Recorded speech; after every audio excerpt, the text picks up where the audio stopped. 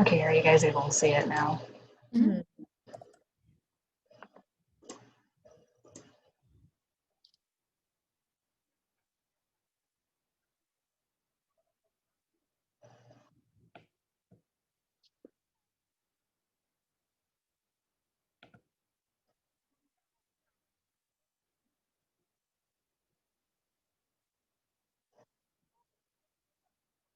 I don't think, at least I can't hear it.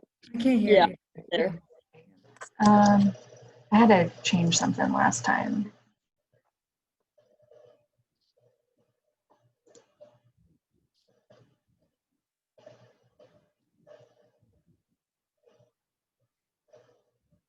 Okay, there it is.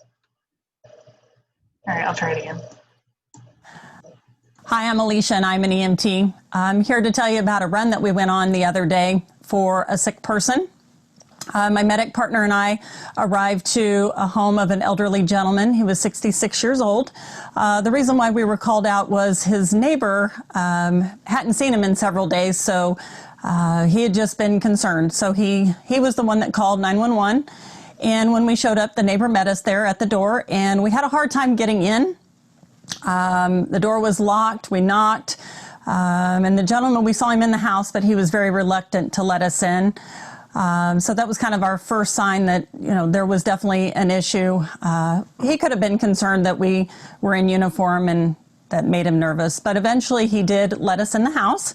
And you know, the first thing that we noticed when we walked in the house was the smell of urine. It was very strong. And then as we proceeded farther into the home, we saw that it was a disaster. He had a lot of trash, a lot of old food. There were animals, just different things like that that really made the situation a lot more concerning for us. We started talking to him, trying to figure out what was going on. He seemed very confused, very disheveled, very anxious. Didn't really quite know where he was, to tell you the truth. We asked him our general questions, if he knew his address, if he knew his name, where he was at, those kind of things. And really the only answer he could give us that was correct was who the president was. So our list of concerns was definitely starting to grow as we talked to this gentleman. We, ran our normal tests on him. We took his vitals. His blood pressure was 110/60. His pulse was 110. His respirations were 20. So he was a little tachycardic. We put him on the monitor. Of course, we checked his sugar, and that right there is what really set off the alarms for us. His sugar was 450. He was eventually able to tell us that he was a diabetic, and obviously wasn't taking his insulin like he should have been. We asked him about his diet, what he was eating, and he said that, he doesn't really get out much anymore, and when he does, he'll go to the convenience store because it's close, and he'll get donuts and candy, cookies, pop, that kind of thing, but he's not eating healthy anymore. He doesn't have a good support system. There's no really family or friends. He believes that all his friends have died off. So he doesn't get out. He doesn't go out to eat. He doesn't go to church anymore. He doesn't go to play bingo. He just has become a shut-in. So we really encouraged him to go with us, to go to the hospital and get checked out to see what was going on. So once we did get him on the cot, got him into the ambulance, we started an IV on him. We do that, really just to help the hospital out. We weren't going to give him any medications at that time, but we were able to start the IV. Kept him on the monitor. So everything really was looking okay. He did kind of complain about some pain that he had in his jaw, and we, looked at that. It was a little swollen and red, a little warm to the touch, but, other than that, there wasn't really a whole lot we could do. So we, got him to the hospital. We got him into his room that we were assigned to, gave our report to the nurse. The doctor followed us in, and as we were, sharing this gentleman's story about what was going on, you could definitely see the concern on everyone's face. So I really hope that he can get the help that he needs.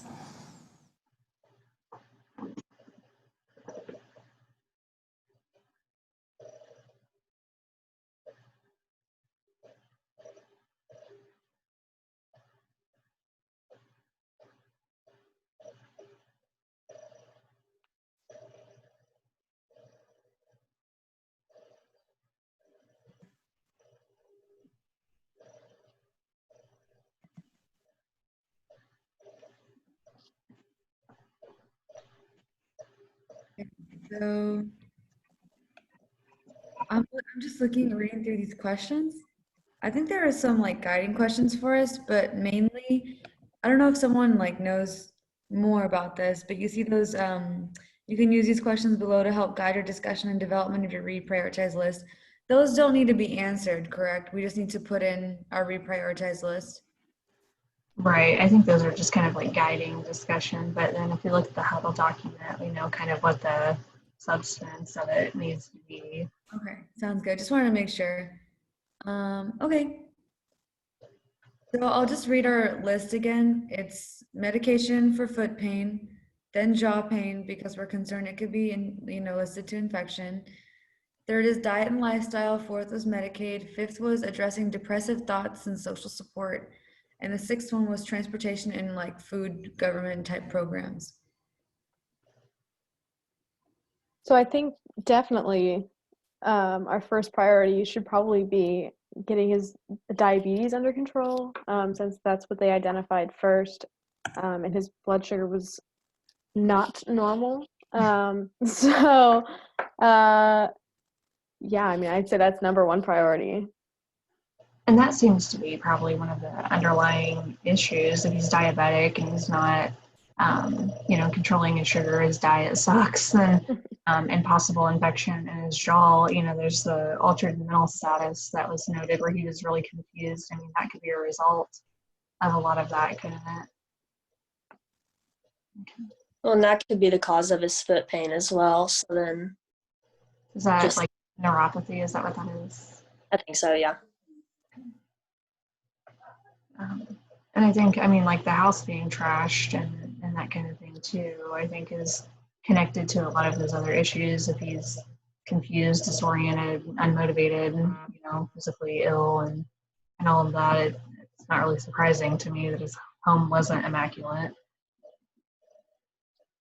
What could be, I guess, what could be done about something like that? Maybe like referring him to, or asking maybe if he wanted to speak to somebody, or like just have someone to talk to like on a weekly basis.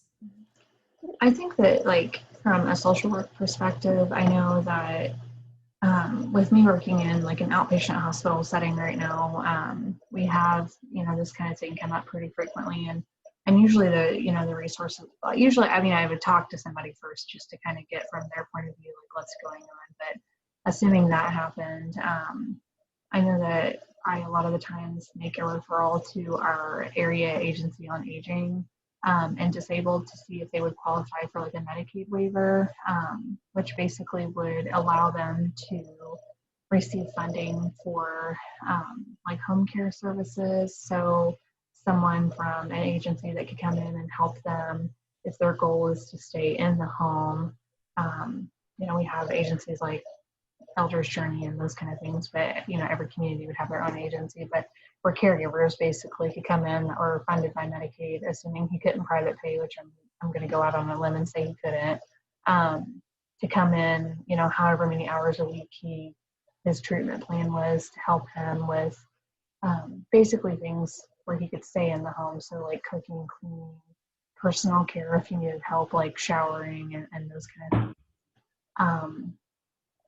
I think that would help. And then maybe a referral for home health care where like a nurse could come out, a physical therapist or whatever type of therapy he needed to get his medication managed appropriately, and a pill box or whatever. And, pharmacy could be involved in that too. So I think that honestly could involve every one of you guys that's here to kind of get his situation at home under control. And while he was in the hospital, I know the hospital I work at, we have a department, it's called Claim Aid. And basically they can help people get screened and signed up for Medicaid. So. Awesome. I actually didn't know about a lot of that, so that's really awesome. I've learned a lot about different resources just since I've been there that is kind of worked into. So.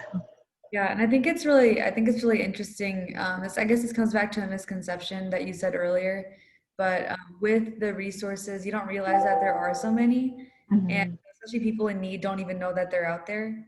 And so I think it's really important for like a social worker to be that bridge and to introduce people to services. Or I think they know that like they're out there, but I think a lot of people, especially in a situation, are, so overwhelmed and don't know where to start, that they just, if you ignore your problems, they go away kind of a mindset, Yeah. except they don't. So, Great. Okay. So I've got number one, our reprioritize one is to get that diabetes in control because his blood sugar was through the roof. We also think that the jaw pain and the foot pain could be related to diabetes. So that would kind of, I think our first two concerns would be wrapped up into that first one for our reprioritize. And then our second one, sorry, my email is going off. My second one is how the people noticed the physical mess in the home and that he was a little bit disoriented. And so we would maybe look into getting him in touch with a social worker for resources, Medicaid waiver, to receive funding for housing services, maybe personal care resources, referral for the home health care, and also to get his medication managed properly. Does that sound okay? Okay.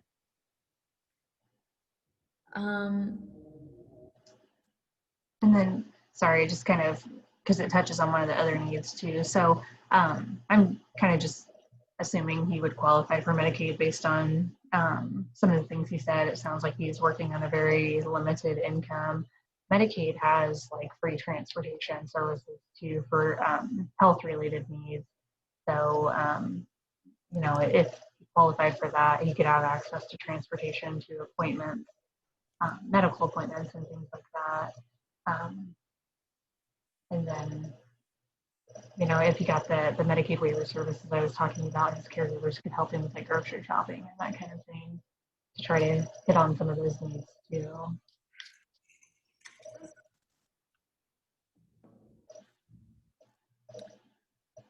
I think the things that we have on the stuff we haven't talked about yet is diet, lifestyle, exercise, and addressing depressive thoughts. We touched on everything else, so I guess we should just number those up. With and this may be something more for Lexi. With nursing, you guys do a lot of like education, right? About like a diabetic diet and that kind of thing, or could. Right. So I think because some of it might be he doesn't even know what he should be eating. Yeah. Yes. Education. Education in general about any of it would be good, I feel like. Okay. In that aspect. I'm glad you brought that up. That's okay. Well, and I'm thinking like if home health care was in place, as a nurse coming to the home a couple times a week, that could be something they touch on too. Yeah. And assuming he can get to the doctor regularly, there's nurses there who could be talking with him about what he's eating and that kind of thing. So it looks like what we have is like these top two prioritized concerns, which kind of tackle the previous 6 that we had earlier. So that's kind of good. Martin, do you think that like physical therapy would be helpful to him with like getting him more ambulatory if he's getting his diabetes under control and that kind of thing? If he's physically, it sounds like he's overweight and that sort of thing. I think definitely PT might help, especially like the equipment, such like footwear and things like that, to help treat with the foot pain, especially when you mentioned like when you walk, difficulty during walking. I mean, some equipment might help with the foot pain hopefully, and also help teaching him how to manage pain or different ways to just reduce pain as much as possible. Okay. Yeah, I was thinking about like arch support when you said that, because when you walk like long distance without proper shoes and arch support, it can be really painful, especially like the older that you get too. That's a good. I'm gonna make that number 3. And earlier on, like in the individual modules that we did, there was at some point mention of like the different community resources available in the Concord neighborhood that he lived in, and it mentioned like a fitness center and that kind of thing, which I assume if, you know, you had transportation barriers that, you know, that might be making it harder for him to use those sorts of things. But if we try to increase his social supports or connecting to, you know, like the busing system there, you know, if he could even get out and maybe go there once in a while and maybe do some of the home exercises that Martin had mentioned, that could help too. Yeah, Courtney, that's a really good thought, especially if you were to do some of those group classes where there's like people where you can make friends and talk to people or just like be near people. I think that could be really beneficial as well. There's something we just learned about in class where when you have patients who are overweight and they have depressive thoughts and they're unable to, we just read a case about this guy who found it hard to even walk to his mailbox like every single day. And so the suggestion that the physician we were talking to gave us was to give them a plan. So don't just say like work out, like give them, okay, like every day go for a walk and like every day make it one house further down the street, something a little bit more manageable. So I wonder if like, yes, I do like the fitness center classes idea, but maybe leading up to that, like create like a program for him to just like itty bitty steps get there eventually. Because fitness centers can be kind of nerve wracking or yeah. So maybe like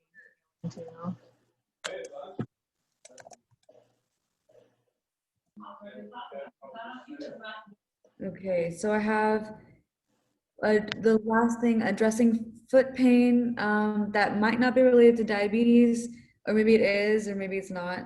But regardless, looking at proper footwear, managing pain via physical therapy potentially, and then working on a fitness plan, quote unquote, that works up to actually going to the fitness center eventually on a regular basis.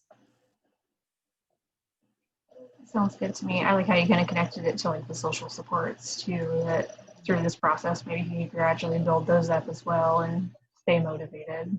Right.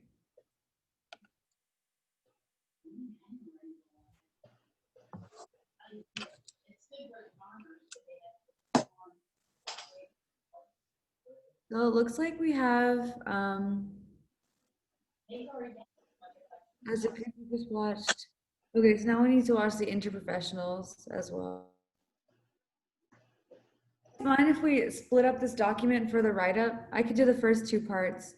There's 2 more write-ups. Okay. Like a final reflection and then like a interprofessional team one. I can write that the last 2 reflections if you want. Do you want me to just send them to you?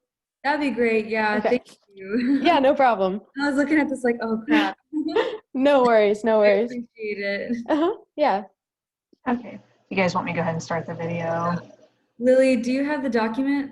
I do have the document, yeah. Okay, great. Okay, cool. Do you want me to email you? Like I can write, I think it's 400 words, like each one. Do you want me to email them to you? Or? You can just email them and I'll just copy and paste them onto the document. Awesome, cool. All right, thank you. Mm-hmm. Go ahead and start. Okay. Good afternoon. I hope everyone's having a good week. I'm Amber Miller, the PA that's taking care of Mr. Doe. I know you guys have all been involved in his care. I just want to go over his plan before discharge, make sure we have things well organized. Could you each introduce yourself? I'm Jessica. I'm the nurse navigator. I'm Rosie. I'm the social worker. And I'm Valerie. I'm the physical therapist. Thank you for all being here. Mr. Doe has expressed interest in returning home. I want to make sure he has all his resources available to him to be as healthy as possible. I want to make sure the transition is smooth. If we could go over some of the resources that we have in place, that would be great. So I think our top priority needs to be getting him scheduled for a follow-up appointment at the Southdale Clinic. I think that's the closest one to his house. So hopefully we can get him in to see Dr. Smith in the next week. Awesome. Yeah, that is the closest clinic to his house. They have some really good resources at that clinic, so I think he'll do fine. I think if we get him up walking and reconnected to his church, I think he'll do great. Sounds like a great plan so far. Let's do our best to keep him independent as possible. Can we make sure we have someone on the team following up with his Medicaid? I just want to make sure that his medications are going to be in order and available for him to be picked up and covered. Okay, yeah, I can do that. I'll follow up with his Medicaid and I'll also check in with him and ensure he's following along fine. Is there a way to synchronize his medications so that he's not coming in as often to get them refilled? That's where I can make kind of an easy comment about his mobility. I checked his neuropathy. He has no new symptoms. It seems to be pretty stable, and I did some balance testing, and it doesn't appear that he needs an assistive device at this time. So I think he's pretty safe to navigate his community without a high risk of falls.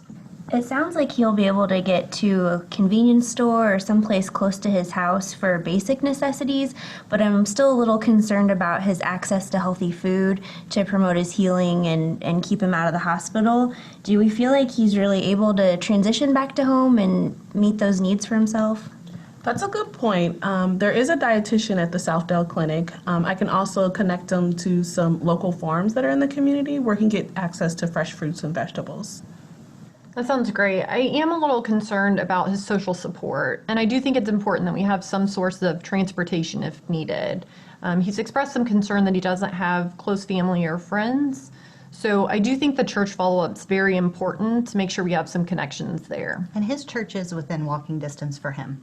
Yeah, it is. I think so. I'll follow up with his church to see if they have a care guide there, and I can also check with Meals on Wheels to see if there's a consistent delivery in his area.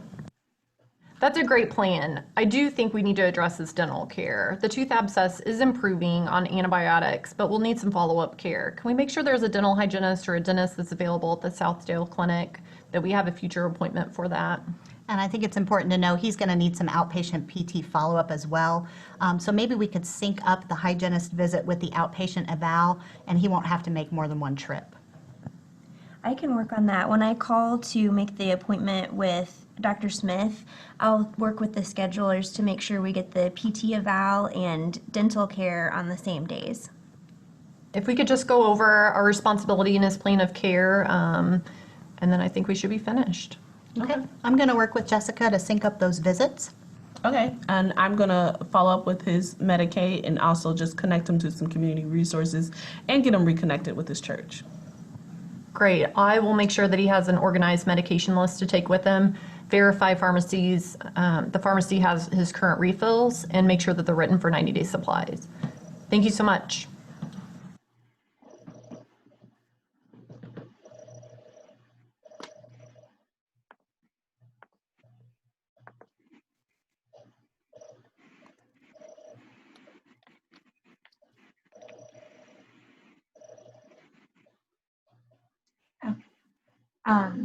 Looks like you've already talked about kind of what's here with the reflection.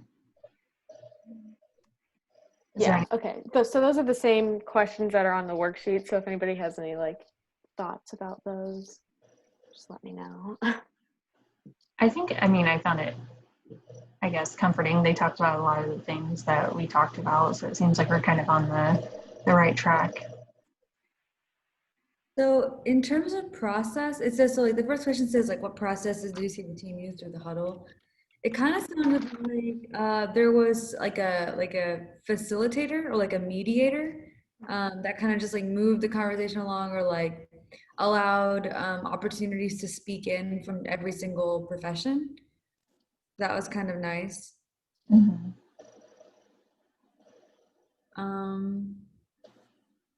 I think they each kind of, it wasn't one person that was going to be doing everything. Like the nurse was doing some things, the social worker, physical therapist, and the PA. So everybody was kind of, taking on key tasks. So it wasn't overwhelming for them as a team either, with, I'm sure, several other patients. I think what they did at the end when they kind of recapped what everybody's jobs were going to be, that was really valuable because it kind of just put everybody on the same page. Mm-hmm.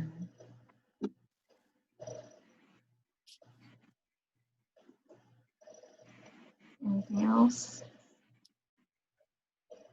I really like the recap thing that I think Lily said that.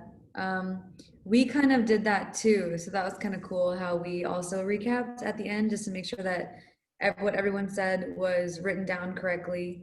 So good on us.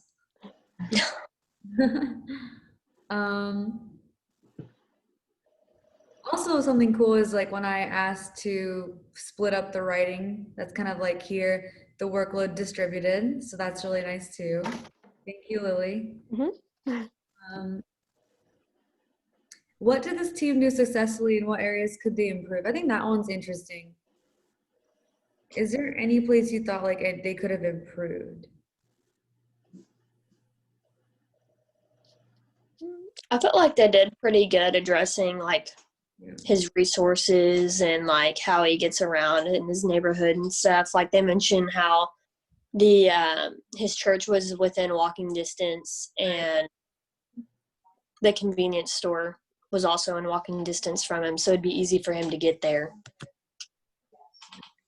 I didn't really note any like huge areas that I thought were a problem with their meeting. Yeah. I thought it was interesting though that I wonder if it's just like in a real application, it's harder to tackle all the issues you want to sometimes. So I didn't hear too much emphasis on like lifestyle exercise type of things. But I think that would be something that like would be discussed with him regardless in the examination room. And maybe like who's going to share this plan with him to make sure he's on board with it too. That was maybe one thing I didn't hear that. Yeah.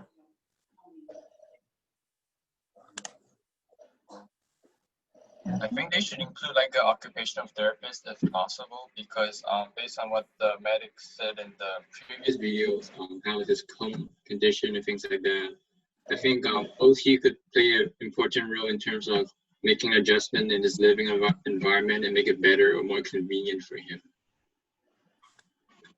For sure. Okay, well, anything else from anyone? It looks like the rest of the anchor is just doing their individual assessments.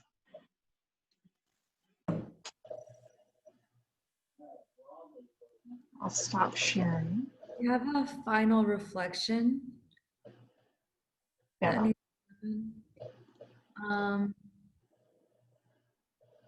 I can share my screen. Does everyone have the document? Yeah. Okay, so, okay. Okay.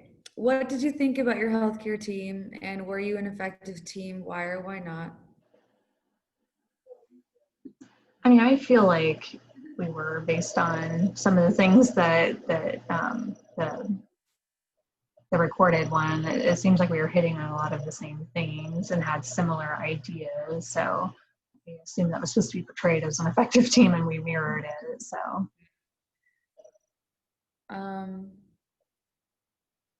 I also think the third question says, what processes did you use to work through your team activities?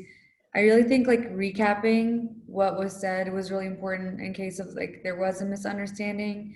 And I think that's really, really important, especially when you're working in a team, because sometimes what you say isn't interpreted the same way that you mean it to be. And so just getting on the same page was, I think, a really big strength of our team. This one's cool. Are there other team members that would have been helpful to include in your team huddle? If so, which team members will be helpful and why? And who should have been at the table for the final meeting before discharge? The patient. Yeah. Good point. Yeah. I wasn't trying to be like, that didn't come across rude or anything. No, no, it's definitely true. Yeah, I think also like a psychiatrist would have been really, really, really, really helpful. Yeah, I think mental health is something that's coming into the field of play a lot more now in healthcare, and I think there was a saying that like everyone should have like someone to talk to like that, and there's just such a taboo about it still. So I just feel like that needs to come into the forefront a lot, because your mental health has a lot to do with your physical health and your social health and your self-efficacy and things like that. So that would have been nice, I think. This is funny. Were there habits that were not helpful to the team? No, not really. I Might think be easy to do in person, but can't really change that. that's a good point. Yeah, I think it would have been more also fun to do it in, yeah. This last one's a good one. What can you learn from this team activity that you'll be able to apply to future interprofessional team opportunities? Maybe just kind of what everyone can do in their different roles that I wasn't familiar with before.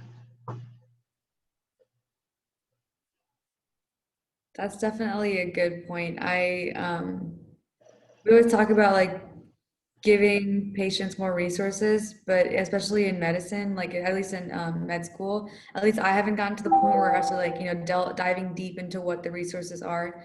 And so just knowing that there is like a literal like person in a profession attributed towards connecting people in need to resources is something that I've definitely learned today. And also like the pharmacy role, I had no idea that it was so vast, you know? Yeah. Definitely. I think it's easy to kind of like get lost in your own like little part of the healthcare world. And so just like seeing this expanded view is really cool. That's all I have.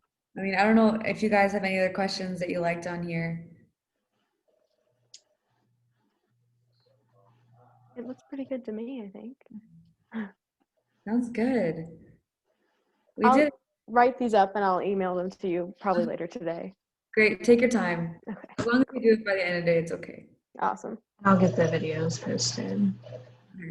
Cool. And I think that was the last thing we're doing. And then don't forget, I think we all have to do a survey today. Okay. All right. Thanks.